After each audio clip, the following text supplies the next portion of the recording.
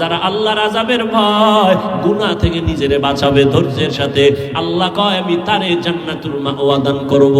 ও আমার কলিজার যুবক বাবারা, ও পর্দার আড়ালের মা বোনেরা, ও বৃদ্ধ বাবাজিরা, বয়ান তো সারা রাত করলেও শেষ হবে না, আপনার তৃপ্তিও মিটবে না, কিন্তু ফলাফলটা হিসাব করা দরকার। কোন দিন ডাক আসবে জানা নাই, হিসাব হবে দুইটা, সাথে নিয়ে যাব কি, দুনিয়ায় রেখে যাব কি। সাথে কি নিয়ে যাব এমন কোন আমল তো তৈরি করতে পারি না রে যুবক।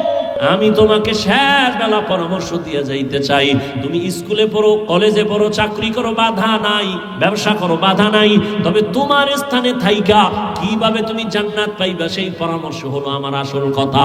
ওখানে থাইকা নামাজ পড়ো, মা বাবার দোয়া নিয়ে চলো, ওলামায়ে কেরামের দোয়া নাও, শিক্ষকের দোয়া নিয়ে চলো, তুমি চাকরির হালাতেও জান্নাতের পথ খোলা পাইবা।